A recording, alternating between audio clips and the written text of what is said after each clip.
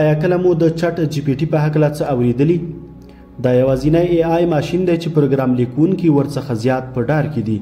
د پروګرامرانو په زړونو کې دا ډار پیدا کړی دی چې نور به زموږ په ځای دا ای آی ماشین کار کوي. په دې سره به دا مسلک تر ډیره پورې ماشینانو ته وسپارل شي او دغه ډار هر وګړي ته متوجه دی. چټ جی پی ټي څه شی دی؟ دا یو ای آی ماشین دی چې ستاسو هر ډول پوښتنې او غوښتنې ته ځواب درکوي. که یو زده کوونکی وغواړي چې خپله کورنۍ دنده ترسره کړي په ډیر چټک ډول سره یې ورته لیکي. که ورته ووایي چې ماته یو کارتون جوړ کړه چې دغسې وي نو په ویډیوي ډول یې ورته جوړوي. که یو پروګرامر یاست صرف دومره ورته ووایاست چې د سافټویر کود په جاوا ژبه کې راته ولیکه چې دغه کارونه وکړی شي. ډیر په چټک ډول به مکمل کود درته ولیکي او ستا په اختیار کې به یې درکړي.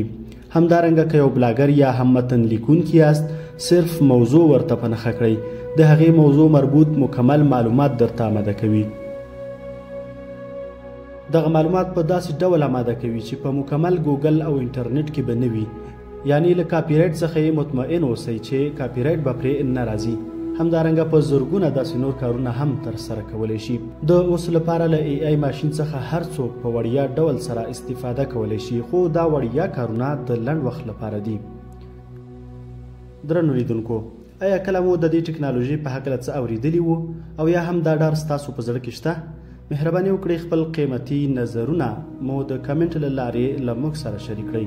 ډیره مننه.